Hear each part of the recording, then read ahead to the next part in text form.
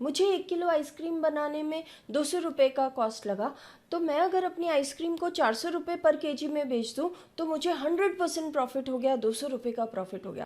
ज़्यादातर ice cream business owners इस तरह से अपनी आइसक्रीम्स को प्राइस करते हैं और इस तरह से प्राइसिंग को गट बेस्ड प्राइसिंग कहा जाता है, which is a totally wrong way अपनी आइसक्रीम्स को प्राइस करने के लिए।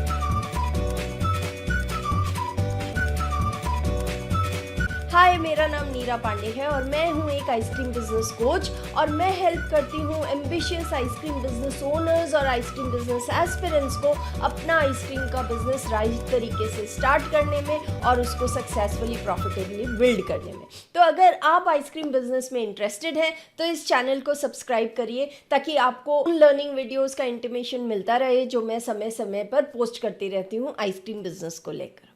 आज इस वीडियो में मैं बात करने वाली हूँ प्रॉफिटेबल प्राइसिंग स्ट्रैटेजी की, कैसे हम अपनी आइसक्रीम के बिजनेस में प्रॉफिटेबल प्राइसिंग स्ट्रैटेजी अपनाएं और अपने आइसक्रीम की हर यूनिट में प्रॉफिट कमाएं।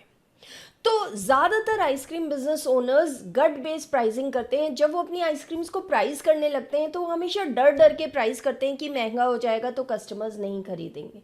और ज़्यादातर प्राइसिंग ऐसी होती है कि रॉ मटेरियल अगर मुझे 1 किलो आइसक्रीम बनाने में 100 रुपया लगा तो मैं 200 रुपये में अगर वो आइसक्रीम सेल कर देता हूँ या देती हूँ तो मुझे उसमें 100% प्रॉफिट हो गया। और ये एक गलत तरीका है प्राइसिंग का, बिकॉज ये गट बेस्ड प्राइसिंग है जिसमें जब आप बाद में अगर अपना प्रॉफिट्स कैलकुलेट करेंगे और इस प्राइसिंग में से जब आप बाकी के कॉस्ट निकालेंगे तो आप रियलाइज़ करेंगे कि आपने कुछ पैसा कमाया ही नहीं।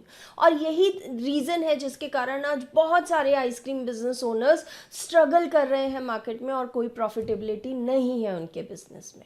तो राइट तरीका क्या है अपने आइसक्रीम्स को प्राइस करने का?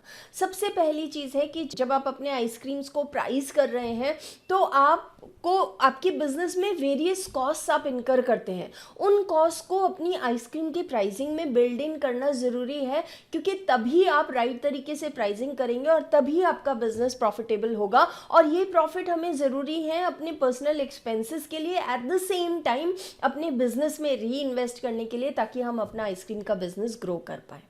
तो सबसे पहली चीज़ है कि आपकी आइसक्रीम के बिजनेस में जितने भी वेरिएबल कॉस्ट हैं वो पूरे के पूरे आपकी हर यूनिट आइसक्रीम में बिल्ड इन होना चाहिए। वेरिएबल कॉस्ट क्या होते हैं? वेरिएबल कॉस्ट वो होते हैं जो आपको हर यूनिट आइसक्रीम के साथ में उठाने पड़ते हैं।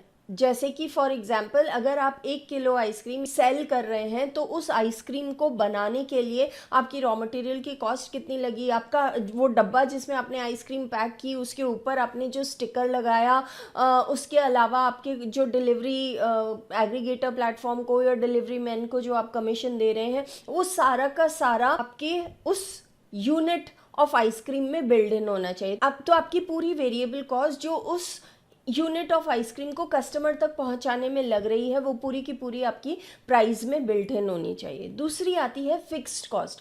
कुछ कॉस्ट आप हर महीने इनकर करेंगे, वेदर और नॉट आप आइसक्रीम सेल कर रहे हैं या नहीं कर रहे, आपकी आइसक्रीम्स बिक रही हैं या नहीं बिक रही। ये कौन सी कॉस्ट है? आपकी इलेक्ट्रिसिटी कॉस्ट है, आपने अगर कुछ स्टाफ रखा है उनकी सैलरीज हैं। तो फिक्स्ड कॉस्ट का कुछ परसेंटेज आपको अपनी प्राइसिंग में इंट्रोड्यूस करना चाहिए और हर यूनिट में कुछ percentage of your fix cost incorporate की जानी चाहिए, ताकि ओवर द मंथ आप जितना भी यूनिट सेल करेंगे आप उसमें अपनी फिक्स्ड कॉस्ट इनकर कर पाएंगे। तीसरा आता है वन टाइम सेटअप कॉस्ट। जब आपने ये आइसक्रीम का बिजनेस स्टार्ट किया तो आपने कुछ one time setup cost incur की, जैसे कि आपने शायद लैपटॉप खरीदा होगा, आपने प्रिंटर खरीदा, आपने पैकेजिंग मशीन खरीदी, या आपने कुछ इक्विपमेंट्स खरीदे, या आपने एयर कंडीशनर खरीदा। तो वो सारी कॉस्ट का भी कुछ फ्रैक्शन आपको हर यूनिट ऑफ आइसक्रीम सोल्ड में बिल्ड इन करना है, ताकि over a period of time आप अपनी फिक्स्ड कॉस्ट अपने इस बिजनेस में से इनकर कर पाएँ। नेक्स्ट आता है आपके डिस्काउंट्स और ऑफर्स। जो भी आप डिस्काउंट देने वाले हैं वो सारे के सारे डिस्काउंट्स आपकी आइसक्रीम की प्राइसिंग में बिल्ट इन होने चाहिए, बिकॉज तभी वो जब डिस्काउंट आप देंगे उसके बाद भी आपका जो रेवेन्यू है उसमें से आपको प्रॉफिट मिलेगा। एंड फिफ्थ इज आप कितना प्रॉफिट कमाना चाहते हैं हर यूनिट ऑफ आइसक्रीम में से, वो भी आपको बिल्ड इन करना है अपनी हर यूनिट आइसक्रीम में से। ओनली व्हेन आप ये सारी कॉस्ट बिल्ड इन करेंगे अपनी हर यूनिट ऑफ आइसक्रीम सोल्ड की प्राइसिंग में, तभी जाकर आप एंड में प्रॉफिट कमा पाएंगे। तो लेट मी नो कि आप अपनी आइसक्रीम्स में प्राइसिंग कैसे कर रहे हैं और ये वीडियो आपको कैसा लगा और इस वीडियो से आपने क्या सीखा और अब क्या चेंज करेंगे अपनी प्राइसिंग स्ट्रैटेजी में अपने आइसक्रीम बिजनेस को लेकर। Bye for now, this is Neera Pandey, ice cream business coach. मिलते हैं नेक्स्ट वीडियो में एक और ऐसी ही लर्निंग के साथ। और वीडियो को शेयर करना, लाइक करना और सब्सक्राइब करना ना भूलिए।